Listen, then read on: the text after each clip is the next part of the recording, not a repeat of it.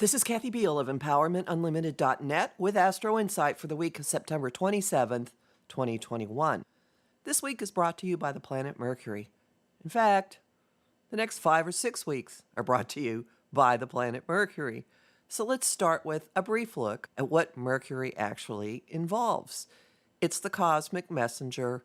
It's the planet of communication, of what goes in and out of our minds and our mouths. It rules how we get around. So that means modes of transportation, commutes, the vehicles. It also has something to do with learning and because of the information exchange and our channels of information and vehicles of information and what used to be called the information highway. So social media is part of this as well. And of course, gadgets, devices, and technology. My shorthand for this, which may help you remember it, is GAB, gadgets, and getting around. Mercury is stationing retrograde as the week begins. This gives a suspended in time sensation to everything. Mercury is starting its final retrograde of the year, which will continue until 2/3 of the way through October.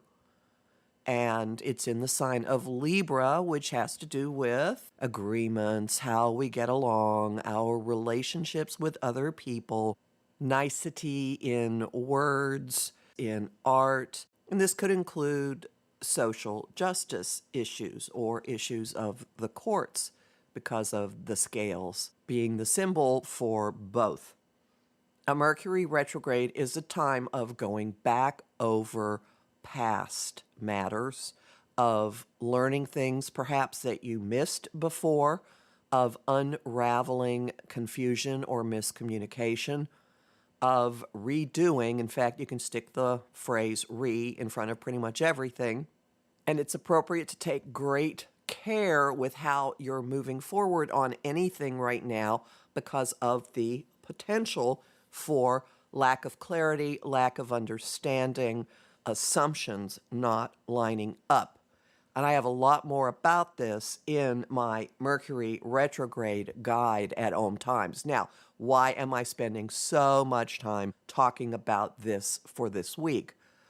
Mercury's journey over the next 6 weeks is not merely going back over old territory, but dredging up really big, important, powerful, hidden things and streamlining, cutting back, paring back, clarifying our thinking about a lot of things.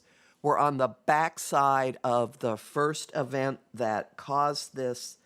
The second one comes over the weekend. These are from Mercury squaring Pluto, the agent of evolutionary change, the keeper of secrets, the guy that wields power that is beyond mortal comprehension or that exceeds what we're normally used to. Power, money, secrets, compulsions, things below the surface. So all week long, we're heading toward, at a minimum, a very candid, perhaps harsh conversation with ourselves, and probably information coming up, a message coming up, a conversation coming up that changes the way we've been looking at something, possibly, probably rewriting the past. As this is building, we have multiple moments of dealing with the old ways of structure, of the issue of commitment, of responsibility, accountability in our own lives. Between the 28th and the 30th, acting responsibly for yourself comes easily. Putting on your big girl, big boy panties comes easily. Actually, you see the benefits of it. And around the 30th, reality comes crashing in on something that is very close to your heart.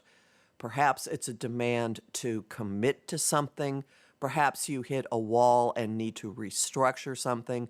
Perhaps there is a vibe that says you've been running around with all of these ideas. Now it's time to put them into some kind of concrete form.